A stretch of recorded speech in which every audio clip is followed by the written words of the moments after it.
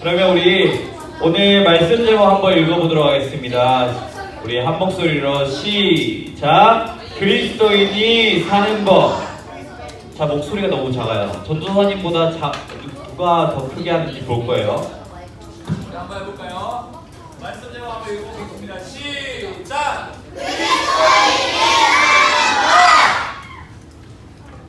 그리고 이렇게 잘하면서 오늘 우리 이 말씀의 제목처럼 이 그리스도인이 사는 법이 무엇인지 오늘 이 말씀을 통해서 함께 나눠보도록 하겠습니다. 여러분, 오늘 우리가 읽은 이 데살로니가 전서에서 이 데살로니가는 이 고대 그리스 지역이었던, 여러분 앞에 화면에 보면 왼쪽 윗부분을 보면 마게도냐라고 하는 곳이 보이죠? 이 마게도냐 지역의 수도였어요.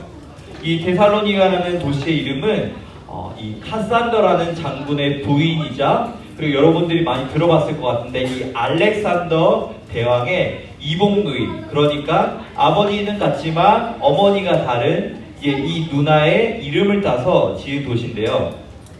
이 데살로니가에서 이 사도 바울이 사람들에게 이 예수님에 관련된 막 복음을 전하기 시작했어요. 이렇게 막 복음을 전하기 시작하고 어느덧 한 달이 이렇게 지나게 되었는데, 놀랍게도 그곳에서는 많은 유대인들과 그리고 그리스인들이 예수님을 믿기 시작했어요. 사도 바울이 이 데살로니가에서 이제 교회를 하나 세우게 되는데 바로 데살로니가 교회인데요. 이 사도 바울이 이렇게 열심히 사역하는 모습을 보고 유대인들이 막 시기와 질투가 막 생기게 되었어요. 그래서 이 유대인들이 사도 바울이 잘 되는 꼴을 막 도저히 못 보는 거예요. 그래서 이 유대인들이 막 소동을 일으키기 시작했고, 이제 제국을 다스리는 황제 말고 또 다른 왕이 예수님이 있다라는 이 말을 이 그리스도인들이 했기 때문에 이 그리스도인들은 황제를 거역했다라는 이런 이유로 이렇게 이 그리스도인들을 고발하게 되었고, 그리고 이렇게 그리스도인들을 엄청나게 박해하기 시작했어요. 이렇게 점점 괴롭힘이 시작되자 바울은 도망을 다니다가 결국은 이 데살로니가로부터 이제 도망 나올 수밖에 없었어요. 이 바울은 이 데살로니가 사람들을 정말 사랑했기 때문에 이 데살로니가를 떠나는 것이 매우 괴로운 일이었어요. 바울은 이제 자신이 사랑하는 이 디모데로부터 이 데살로니가의 이야기를 이제 전해 듣게 되는데, 이 예수님을 믿는다는 이유만으로 수없이 괴롭힘을 받았는 이런 상황에서도 이 데살로니가 교회는 해가 지나면 지날수록, 날이 지나면 지날수록 이렇게 계속적으로 사람들이 모이기 시작했고 성장하기 시작했어요. 그래서 이 데살로니가서는 이 바울이 이 데살로니가 교회에 있는 사람들과 다시 연락을 하고 또 이 사람들에게 힘을 주기 위해서 쓰는 편지가 바로 이 데살로니가 전서였어요. 우리는 여러분 이 세상을 살아가면서 참 많은 것들을 준비해요. 우리가 여름방학에 예를 들어서 여행을 간다, 아니면 이렇게 캠프를 간다고 하면 우리가 챙겨야 되고 준비해야 될 것들이 뭐가 있을까요? 사람이요. 네, 갈 사람이 필요하겠죠? 또 뭐가 필요해요? 텐트, 또 먹을 거, 물, 성경책? 누구예요? 누가 송현이? 송현이 나중에 저도 제대해줄게. 아주 믿음이 좋아요. 또 뭐가 있을까요? 모닥불 피울, 맞아요. 모닥불 피울 나무도 필요하겠죠? 또 뭐가 필요? 라면, 칼, 뭐 여러 가지가 필요하겠죠? 맞아요. 좋은 음악도 필요할 수도 있고요. 그리고 우리 친구들이 말했던 맛있는 음식, 그리고 텐트, 그리고 우리가 뭐 재밌게 즐길 뭐 게임거리, 또 여러 가지 우리가 준비를 하겠죠. 우리 여러분 오늘 아침을 한번 생각해 봅시다. 여러분들이 오늘 이 교회를 오기 위해서 준비했던 것을 한번 생각해봐요. 뭐가 있을까요? 버스를 타기, 성경책을 준비했겠지, 또 말씀 노트도 준비했을 거예요. 지갑, 맞아요. 뭐 여러 가지가 있겠죠. 네, 4달러. 네, 성경책을 챙기고 또 우리가 헌금을 준비하는 등 우리 여러 가지 준비를 했을 거예요. 우리가 이처럼 무엇인가를 하기 위해서 준비를 하는 것처럼 우리가 다시 오실 이 예수님을 만나는 날을 기다리는 우리 그리스도인들은 역시 준비를 하면서 살아야 해요. 왜냐하면 이 예수님께서 다시 오신다는 이 때와 시간은 우리가 정확히 알지 못하기 때문이에요. 예수님께서 이제 부활하시고 하늘로 다시 올라가실 때 이 다시 오신다는 약속을 하셨어요. 그렇게 약속을 하시면서 제자들아, 나는 몇 년, 몇 월, 며칠, 몇 시에 어디에 와서 이 세상을 다스리겠다라고 우리에게 이렇게 말씀해 주지 않으시고 그냥 하늘로 올라가셨어요. 나는 다시 오겠다라는 이 말씀만 남기시고 예수님께서 하늘로 올라가셨어요. 이렇게 부활하신 예수님이 이렇게 하늘로 올라가시면서 반드시 다시 오시겠다는 이 말씀을 하셨고, 이 제자들은 이 예수님께서 다시 오실 그날을 기다렸어요. 이처럼 다시 오실 예수님을 만나는 날을 기다리고 또 준비하는 우리 그리스도인들도 그렇다면 과연 어떻게 살아가야 할지 우리가 오늘 크게 네 가지만 한번 살펴보도록 하겠습니다. 첫 번째, 우리는 이 하나님 말씀을 가르쳐 주시는 분들의 말씀에 귀를 기울이며 살아야 돼요. Listen carefully. 여러분 잘 들어야 돼요. 우리 말씀 12절, 13절 함께 읽어볼 건데 우리 큰 목소리로 읽어보겠습니다. 시작! 형제들아, 우리가 너희에게 구하노니 너희 가운데서 수고하고 주 안에서 너희를 다스리며 권하는 자들을 너희가 알고 그들의 역사로 말미암아 사랑 안에서 가장 귀히 여기며 너희끼리 화목하라. 네, 이 바울은 데살로니가 교회 이 사람들에게 진실된 마음으로 이 교회에서 말씀을 가르치고 또 지도하는 이런 사람들을 사랑하고 화목하라고 이렇게 말하고 있어요. 우리 평화교회에서도 이렇게 하나님의 말씀을 가르쳐 주시는 분들이 누가 계시죠? 전도사님 있고 또 목사님 있고 또 여러분 가까이 있는데? 여러분 가까이? 선생님, 맞아요. 선생님도 계시죠? 목사님, 전도사님, 그리고 우리 여러분이 속해 있는 각 반에 우리 선생님들이 계시는데 선생님께서 하나님의 말씀을 우리 친구들에게 가르쳐 주세요.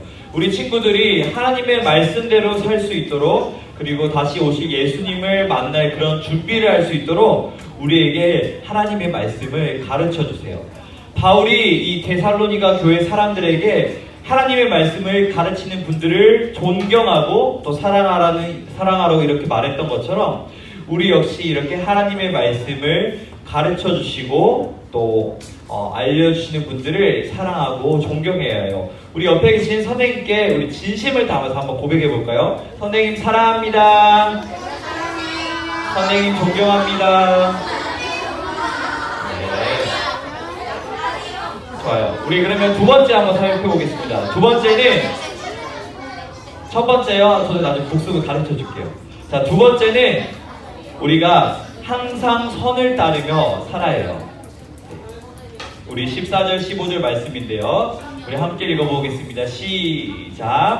또 형제들아, 너희를 권면하노니 게으른 자들을 권계하며 마음이 약한 자들을 격려하고 힘이 없는 자들을 붙들어주며 모든 사람에게 오래 참으라. 삼가 누가 누구에게든지 악으로 악을 갚지 말게 하고 서로 대하든지 모든 사람을 대하든지 항상 선을 따르라. 아멘.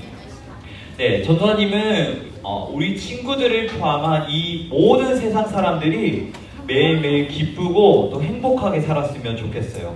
또 삶에서 감사함이 넘쳤으면 좋겠어요. 그런데 전도사님이 생각하는 또 이렇게 바라는 것과는 다르게 세상 모든 사람이 다 그렇게 살고 있지는 못한 것 같아요. 우리 주위만 둘러봐도 여러 가지 문제들로 힘들어하고 괴로워하는 많은 사람들이 있어요. 아픈 사람도 있고요, 아니면 괴롭힘을 당하는 사람도 있고요, 아니면 따돌림을 당하는 사람도 있고요, 아니면 외로운 사람 등등 여러 가지 힘든 문제로 너무나 괴로워하는 많은 사람들이 있어요. 하나님의 사랑을 받은 우리는 우리의 이렇게 도움이 필요로 하는 사람들을 돌보아야 해요. 게으른 사람이 있다면 우리가 가서 게으름을 이겨낼 수 있도록, 야, 너 왜 이렇게 게을러? 우리 제자반 친구들 책 제목 뭐였죠? 어린이 게으름. 우리 친구들, 네, 알겠어요. 네, 게으른 사람이 있다면 게으름을 이겨낼 수 있도록 훈계하고, 또 마음이 약한 사람들이 있다면 우리가 가서 격려해 줘야 돼요. 그리고 힘이 없는 사람이 있다면 우리 힘 있는 친구들은 도와주고, 또 우리가 누구를 만나든지 사랑으로 인내를 가지고 우리가 편견 없이 사람을 대해야 해요. 예수님을 묻는 우리도 때론 힘들고 어려운 일을 겪을 때가 있을 때 옆에 있는 우리 사랑하는 친구들 아니면 가족들의 따뜻한 말 한마디, 그리고 우리가 기도의 힘을 얻을 수가 있어요. 또한 누군가가 우리에게 악한 일을 했을 때 우리는 똑같이 악으로 갚아서는 안 돼요. 우리가 상대방에게 똑같이 악으로 갚게 되면 우리는 또 다른 악을 낳을 수밖에 없게 돼요. 예를 들어서 우리 태연이가 전사님을 한 대 이렇게 탁 쳤어요. 한번 쳐볼까요? 그러면 이때 전사님이 뭐야 하고 또 이렇게 또 태연을 쳤어요. 그러면 또 화가 나면 또 치겠죠? 안 쳐요. 우리 또 태연이는 착해서 민지 칠 거예요? 그래, 무서워요. 네, 이렇게 우리가 뭐 아무렇지도 않게 이렇게 장난치던 것들이 이렇게 한 대, 두 대 왔다 갔다 하면서, 맞아, 세 대가 되고 네 대가 되고 이러겠죠? 네, 우리가 이렇게 친구를 치게 되면 서로 계속 주고받다가 점점 그 강도가 세지게 되고, 이제 나중에는 큰 싸움으로 번지게 돼요. 그런데 우리가 이 악한 일에 대하여 똑같이 우리가 악으로 하지 않고, 우리 방금 태인이가 했던 것처럼 선한 일을 했을 때 나로부터 그 나쁜 일을 멈추게 돼요. 아까 우리 전도사님을 때렸고 전도사님이 맞았는데 전도사님이 때렸을 때 우리 태인이가 하지 않고 멈췄기 때문에 그 악을 멈추게 된 거예요. 이처럼 우리가 해야 할 일은 어떤 인간적인 마음으로 이렇게 우리가 복수를 해야지 라는 마음이 아니라 우리가 예수님의 마음을 따라서 인내하고 도리어 우리가 사랑으로 되갚아 주는 것이에요. 우리 세 번째, 그리스도인이 사는 세 번째 방법은 바로 하나님의 뜻을 따라 살아가는 거예요. 우리 16절, 17절, 18절 읽어볼 건데요. 우리 함께 한 목소리 읽어보겠습니다. 시작! 항상 기뻐하라, 쉬지 말고 기도하라, 범사에 감사하라. 이것이 그리스도 예수 안에서 너희를 향하신 하나님의 뜻이니라. 아멘. 이 말씀은 정말 유명한 말씀이라서 우리 친구들, 혹시 성경책 가지고 있는 친구들은 밑줄을 긋거나 아니면 형광펜을 좀 칠해봤으면 좋겠어요. 암송됐으면 좋겠고요. 이 사도 바울이 말했던 것처럼 우리는 항상 기뻐하고 쉬지 말고 기도하고 어떤 상황에서도 감사하는 마음을 가지고 살아야 돼요. 왜냐하면 이게 바로 우리를 향하신 이 하나님의 뜻이기 때문이에요. 우리가 항상 기뻐할 수 있는 이유는 우리가 가지고 있는 어떠한 것 때문이 아니라 바로 어떠한 상황 속에서도 하나님이 우리와 항상 함께 하신다는 그 사실 때문에 우리가 기뻐할 수 있는 거예요. 우리가 가지고 있는 어떤 돈, 우리가 가지고 있는 어떤 재력이나 돈이 똑같죠? 어떤 건강, 이런 것 때문에 우리가 기뻐할 수 있는 게 아니라 하나님께서 나와 함께 하신다는 그 사실로 우리는 기뻐할 수 있는 거예요. 우리는 또한 쉬지 말고 기도해야 해요. 우리가 쉬지 말고 기도한다는 것이 우리가 24시간 매일매일 이렇게 계속 기도하라는 말일까요? 그 말일까요? 그렇게 쉬지 말고 기도하라는 것이면 우리는 아무것도 할 수 없겠죠? 뭐 여러분들이 좋아하는 게임도 못 할 거고, 아니면 우리가 잠도 자서는 안 되고, 얼마나 힘들겠어요. 그런데 이 쉬지 말고 기도하라는 말은 우리가 늘 기도하려는 그 마음을 가지고 하나님 앞에 나아가라는, 하나님을 가까이 하라는 그런 말씀이에요. 우리가 또 한 가지가 있었는데 뭐였죠? 세 번째가 범사에 감사하라는 것이에요. 여러분은 여러분의 삶에서 얼마나 감사하며 살아가고 있어요? 아니면 내 삶은 도대체 왜 이래? 내 삶은 보잘것없어 라며 불평불만을 하면서 살아가진 않나요? 우리의 삶이 늘 감사하는 것은 쉽지 않아요. 그럼에도 불구하고 우리는 어떤 상황과 환경 속에서도 이 하나님이 하신 모든 일에 감사하며 살아가야 해요. 왜냐하면 기뻐하고 기도하고 감사하는 것이 바로 우리를 향한 바로 하나님의 뜻이기 때문이에요. 우리 마지막으로 그리스도인이 사는 네 번째는 성령님께 순종하며 사는 것이에요. 우리 마지막으로 19절에서 22절까지 읽어볼 건데요. 우리 좀 덥죠? 덥지만 우리 마지막으로 큰 목소리를 한번 읽어보겠습니다. 시작! 성령을 소멸하지 말며 예언을 멸시하지 말고 범사에 해하려 좋은 것을 취하고 악은 어떤 모양이라도 버리라. 아멘. 성령님은 우리가 다시 오실 이 예수님을 기다리며 악한 일은 멀리하고 또 착한 일은 열심히 할 수 있도록 또 하도록 우리를 인도해 주세요.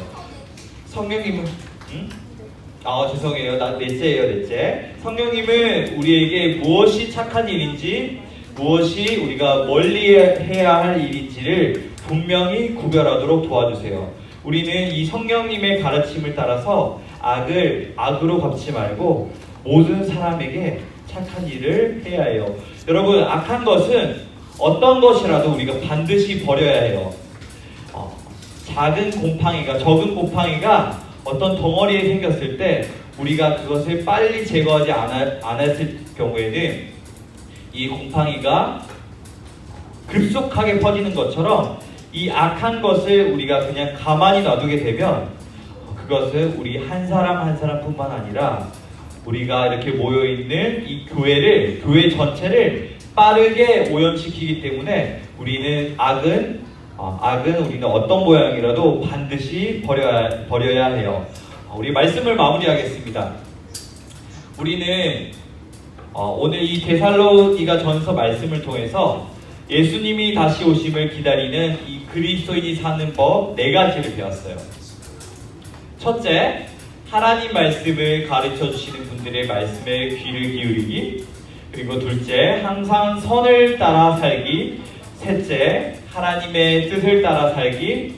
그리고 넷째, 성령님께 순종하며 살기. 이렇게 총 4가지예요. 오늘날 우리 그리스도인은 이 다시 오실 예수님을 기다리며 마지막 시대를 살아가고 있어요. 여러분, 우리가 살아가는 이 시대는 시간이 지나면 지날수록 더 악해져서 나중에는 서로의 관계를 깨트려버리고 힘 있는 사람과 또 힘 없는 사람으로 확실하게 나뉘게 되었어요. 그 속에서 살아가는 우리 그리스도인들의 마음에는 점점 기쁨과 감사가 사라지게 되어버렸어요. 그러나 우리는 오늘 이 사도 바울이 이 데살로니가 교회 사람들에게 말했던 것처럼 하나님의 뜻을 따라 나쁜 일을 멀리하고 또한 선한 일을 하기 위해 우리는 날마다 힘써야 돼요. 예수님이 언제 때가 되면 오시겠지라는 이런 마음으로 우리가 그냥 내 멋대로 살다가 예수님이 오실 때쯤 내가 예수님 믿는 사람처럼 이렇게 살아야겠다라고 생각하면 안 돼요. 예수님은 밤에 도둑같이 우리가 알 수 없을 때 오신다고 말씀했기 때문이에요. 그렇기 때문에 우리는 우리에게 주신 이 하루를 마음대로 살아갈 수 없겠죠. 우리의 삶 속에서 가장 가까이 있는 사람들에게 먼저 착한 일을 실천해보는 우리 초등부 친구들이 되었으면 좋겠습니다. 가장 소중한 가족들과 또 친구들을 귀하게 여기고 또 화목하게 지내려고 노력하며 살아가는 우리 사랑하는 초등부 친구들 되었으면 좋겠습니다. 매일매일 예수님을 만날 준비를 하며 오늘 말씀의 이 제목처럼 하루하루 아름다운 그리스도인의 모습으로 살아가는 우리 사랑하는 우리 초등부 친구들 되길 진심으로 소망합니다.